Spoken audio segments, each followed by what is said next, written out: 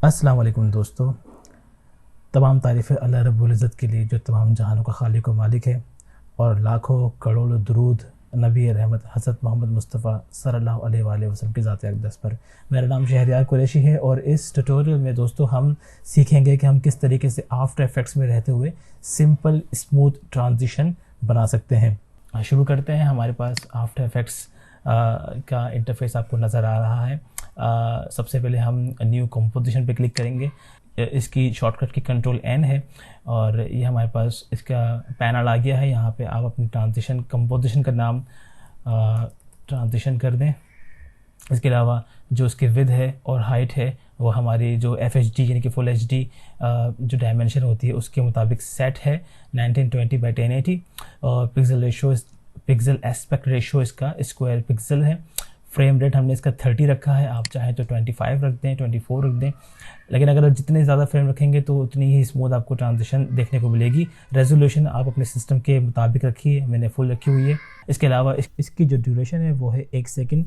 मैं 1 second 15 frame कर देता हूँ और बैकग्राउंड कलर इसका ब्लैक है। ओके पे क्लिक करेंगे तो हमारे पास ये एक हमारी जो टाइम लाइन है ये भी आ चुकी है और अब हम ट्रांजिशन बनाने का अमल शुरू करते हैं। सबसे पहले हमें एक सॉलिड लेयर चाहिए होगी। सॉलिड लेयर लेने के लिए आप कंट्रोल Y प्रेस करेंगे तब भी आ जाएगी। इसके अलावा कंपोजिशन में लेयर में न्यू और यहाँ पे सॉलिड, ये इसकी कंट्रोल की भी आप देख सकते हैं। इस पर क्लिक करेंगे तो हमारे पास एक सॉलिड लेयर लेने के लिए हमारे पास सेटिंग आ चुकी है। आप सबसे पहले तो कलर पिक कर लीजिए। कलर मैं चाहूँगा कि हाँ बिल्कुल यही कलर, अपनी जो भी आपकी चॉइस है, मैंने ये रखा है कलर।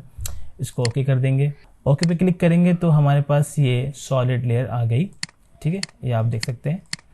ओके, एक सॉलिड लेयर ये आ गई। एक सॉलिड लेयर हम एक और लेंगे जो कि हमारे ट्रांजिशन का हिस्सा होगी। उसके लिए अगेन अब मैं कंट्रोल Y पे क्लिक करूँगा। एक और सॉलिड लेयर हमारे पास आ गई है और अब की बार मैं इसका कलर चेंज कर दूँगा। मैं अब की बार ये कलर ले लेता हूँ। ठीक है, लाइट येलो कह लें आप इसको। ओके पे क्लिक करेंगे और अगेन ओके करेंगे तो हमारे पास एक और सॉलिड लेयर आ गई। तो आप हमारे टाइम लाइन पे आप देख सकते हैं 2 सॉलिड लेयर्स हैं। ठीक है, अच्छा अब हम इसकी कुछ एनिमेशन करते हैं। हमारे पास ये 2 लेयर्स मौजूद हैं। मैं जो येलो लेयर है इसको मैं अभी हाइड कर देता हूँ। अब मेरे पास एक लेयर ये है और हमारी जो टाइम लाइन है वो आप देख सकते हैं कि 0 सेकंड से शुरू होके ख़त्म होती है 1 सेकंड 14 फ्रेम पर। ठीक है, ये हमारी कुल टाइम लाइन है। ओके, मैं चाहता हूँ कि टाइम लाइन के शुरू में ये जो लेयर है ये फ्रेम से आउट हो, तो इसको आउट करने के लिए मैं पोजीशन पे जाऊँगा। मैं कंट्रोल की प्रेस की है P, जिससे पोजीशन के पैरामीटर्स हमारे पास आ गए X और Y डायमेंशन के।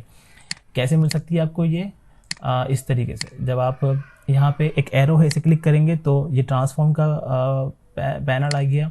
ट्रांसफॉर्म पे क्लिक करेंगे तो हमारे पास ट्रांसफॉर्मेशन के लिए हमारे पास जो ऑप्शंस होते हैं यानी कि anchor point, position, scale, rotation and opacity, ये हमारे पास नमूदार हो गए। मुझे पोजीशन से काम है तो मैंने कीबोर्ड से P प्रेस किया तो मेरे पास सिर्फ और सिर्फ पैरामीटर्स आ गए पोजीशन के। स्टॉप वॉच पे क्लिक करेंगे तो फिर इस वक्त यानी कि पहले सेकंड पर या पहले फ्रेम पे जो भी वैल्यू होगी इस लेयर की वो नोट कर ली जाएगी। सिस्टम ने नोट कर लिया है, लेकिन मुझे ये नहीं चाहिए। मैं अब इसको ड्रैग करूँगा शिफ्ट प्रेस करके कीबोर्ड से और मैं इसको स्क्रीन से बाहर ले जाऊँगा। तो अब मेरी जो ये लेयर है ये स्क्रीन से बाहर है और इसके पैरामीटर्स भी नोट कर लिए गए हैं। ठीक है, अब मैं चलूँगा 1 सेकंड 15th फ्रेम पे या 14th फ्रेम पे।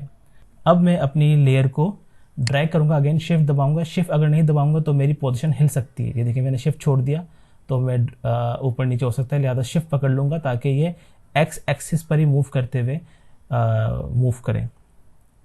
तो यहाँ पे मैं चाहूँगा कि मेरी लेयर आ जाए। इस तरह होगा ये कि स्टॉप वॉच ने एक और की फ्रेम लगा दिया, अब की बार जो पैरामीटर थे उसको नोट करते हुए। अब यानी कि 2 की फ्रेम आ चुके हैं और इन 2 की फ्रेम्स की मदद से एक एनिमेशन बन गई है। मैं 0 प्रेस करूँगा कीबोर्ड से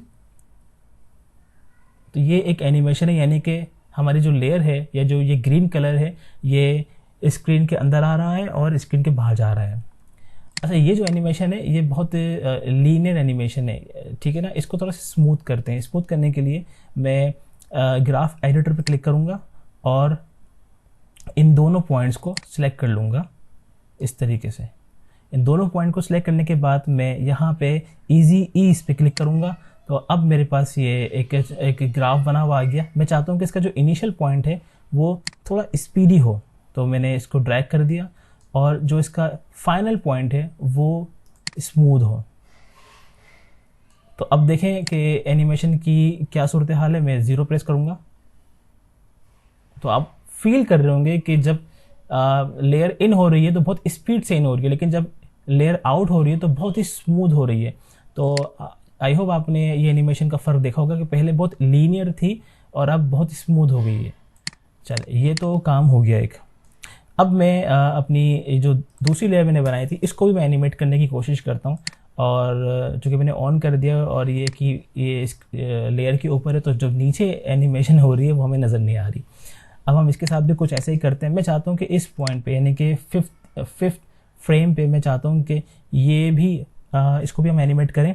और मैं कंट्रोल ओके, ये करने के लिए मैं इस लेयर को सिलेक्ट करते हुए कीबोर्ड से P प्रेस करूँगा, तो पोजीशन के पैरामीटर्स आ गए, और अगेन यहाँ पे स्टॉप वॉच पे क्लिक कर दूँगा।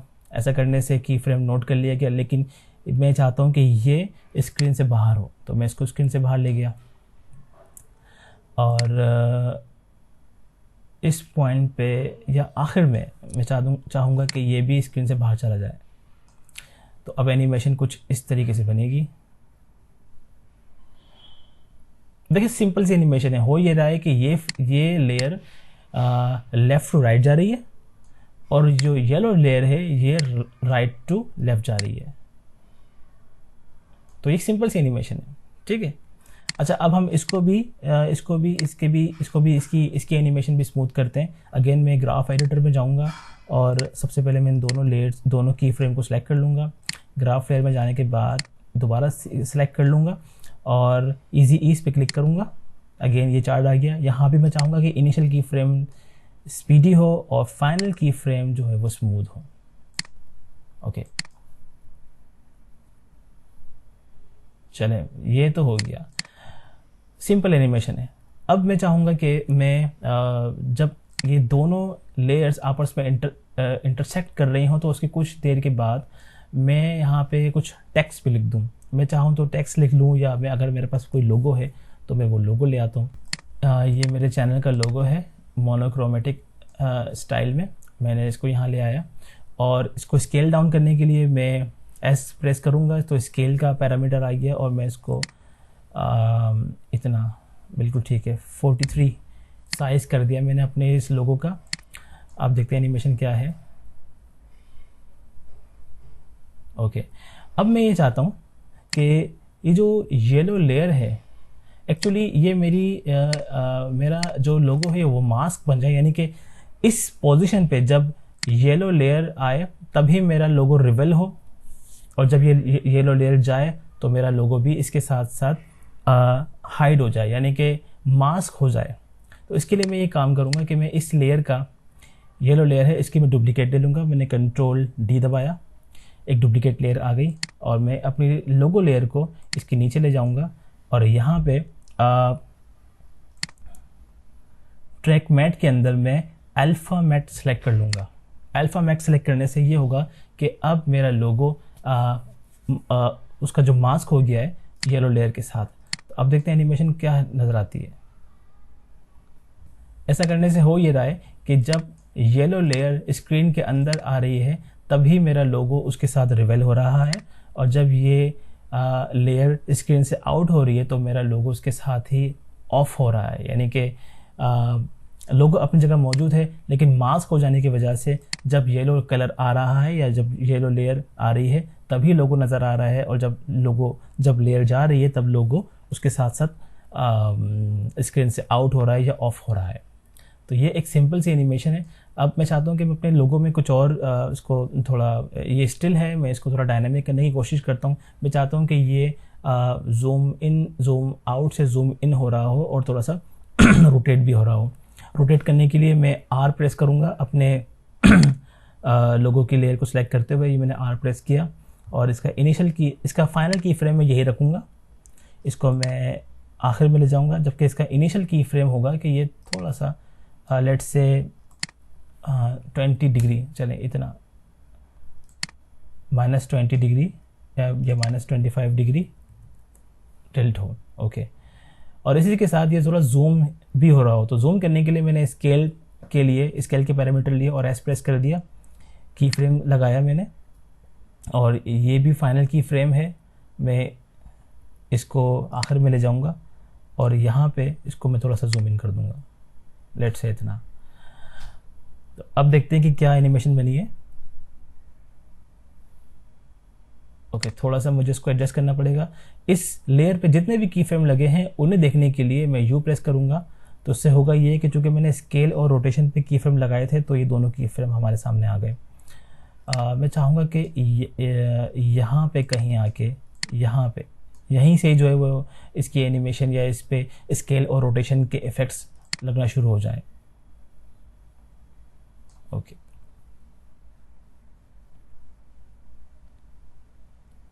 सो दोस्तों ये एक सिंपल सी ट्रांजिशन है जो कि आपने देखी। ये हमारी ट्रांजिशन तकरीबन रेडी है।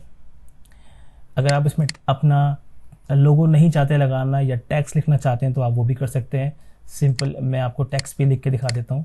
ये टेक्स्ट लिखने के लिए हमने टी यहाँ पे हमारे मेन्यू बार में मौजूद है। इसकी शॉर्टकट की Ctrl+T है, प्रेस करेंगे तो टेक्स्ट यहाँ पे आ जाएगा।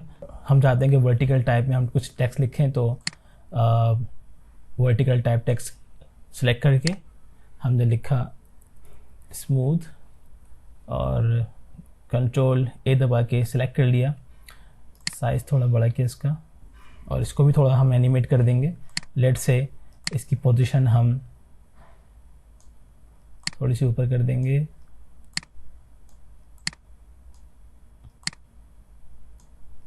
तो ये कुछ ऐसे नज़र आएगा। इसी की एक डुप्लीकेट ले लेंगे और इसके जो पोजीशन के जो की फ्रेम है उसे हम डिलीट कर देंगे। स्टॉप वॉच को क्लिक करके थोड़ा सा इसको ड्रैग करेंगे राइट हैंड साइड पे और यहाँ लिख देंगे ट्रांजिशन।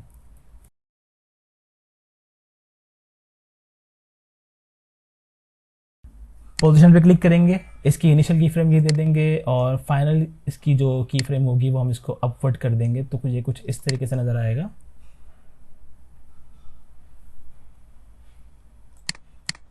ठीक है, अब हम चाहेंगे कि ये भी इसको भी, इन दोनों को भी मास्क कर दिया जाए। तो हम इन दोनों लेयर्स को, जो टेक्स्ट लेयर है, इन्हें सेलेक्ट कर लेंगे और Ctrl+Shift+C प्रेस करके हम एक न्यू प्री कंपोजिशन, एक न्यू कंपोजिशन ले लेंगे जिसमें ये दोनों लेयर्स चली जाएंगी।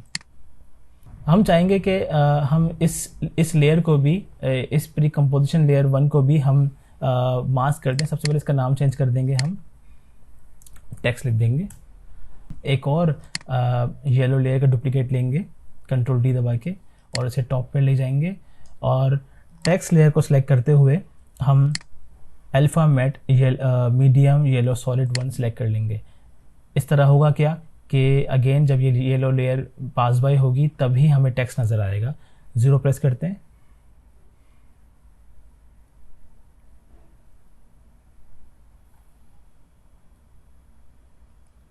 सो आपने देखा कि हमने टेक्स्ट भी ऐड कर लिया और अपना लोगो भी ऐड कर लिया। इस तरीके से आप सिंपल ट्रांजिशन अपनी वीडियोस के लिए बना सकते हैं। अगेन ये सिर्फ और सिर्फ बेसिक ट्रांजिशन है। इसके अंदर आपकी जो क्रिएटिविटी है वो आप शो करेंगे कि आप किस तरीके से ट्रांजिशन को बना सकते हैं।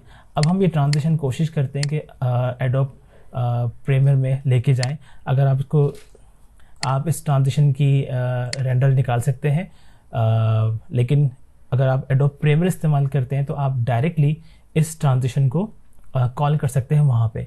ऐसा करने के लिए सबसे पहले आप अपनी इस प्रोजेक्ट को सेव कर लें। मैंने सेव नहीं किया था।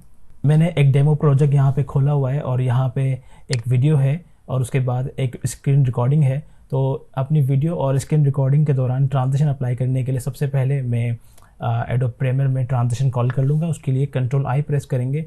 तो जहाँ Ctrl+I प्रेस करके जहाँ पे आपका सोर्स फाइल मौजूद है उसे सिलेक्ट कर लेंगे। ये मैंने सोर्स फाइल अपनी कॉल कर ली है और एडोब आफ्टर इफेक्ट्स में जितनी कॉम्पोजिशंस थी वो यहाँ पे नज़र आ रही हैं। तो मैंने वहाँ पे 2 कॉम्पोजिशंस बनाई थी, एक प्री कंपोजिशन 1 और ट्रांजिशन। तो ट्रांजिशन सेलेक्ट करके मैं ओके प्रेस कर दूंगा। तो ये मेरी ट्रांजिशन आप यहाँ पे देख सकते हैं कि नज़र भी आ रही है। मैं इसे ड्रैग करूँगा और यहाँ प्लेस कर दूंगा।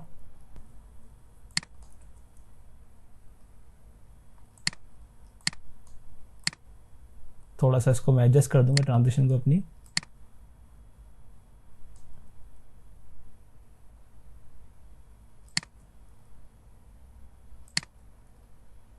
तो देखा आपने किस तरीके से आप एडोब प्रीमियर में अपनी ट्रांजिशन को कॉल कर सकते हैं जो कि आपने आफ्टर इफेक्ट्स में बनाई है, और ये रियल टाइम ट्रांजिशन है। अगर आप एडोब आफ्टर इफेक्ट्स में अपनी ट्रांजिशन में कुछ चेंजेस करते हैं तो रियल टाइम वो ट्रांजिशन आपको वहाँ पे उसका इफेक्ट नज़र आएगा। लेट से मैंने जो टर्कोइज कलर था उसे मैंने रिप्लेस कर दिया वाइट कलर से, मेरी ट्रांजिशन कुछ इस तरीके से हो गई और आप ये इफेक्ट आप यहाँ भी देखेंगे। सो एडोब आफ्टर इफेक्ट्स में ट्रांजिशन बनाने का एक फ़ायदा ये भी है कि जब आप उसे एडोब प्रीमियर में कॉल करते हैं तो आप अपने सीन के लिहाज से अपनी ट्रांजिशन को चेंज भी कर सकते हैं। आपको बार बार रेंडर करने की ज़रूरत पेश नहीं आती है। डायनामिक लिंक के ज़रिए काम करती है, यानी कि जो चेंज आप अपने एडोब आफ्टर इफेक्ट्स में करेंगे वो आपको रियल टाइम नज़र आएगी। सो ये एक छोटी सी एक ट्यूटोरियल था, आप किस तरीके से टूल्स को इस्तेमाल करते हुए सिंपल ट्रांजिशन अपने लिए बना सकते हैं। हम इस चैनल में मज़ीद किस तरीके से और अच्छी ट्रांजिशंस बना सकते हैं, हम यकीनन उसके हवाले से भी ट्यूटोरियल प्लेस करेंगे। अब तक के लिए इतना ही। मुझे उम्मीद है कि आपको ये सिंपल ट्यूटोरियल और किस तरीके से आप सिंपल ट्रांजिशन बना सकते हैं सीखने का मौका मिला होगा। बहुत बहुत शुक्रिया।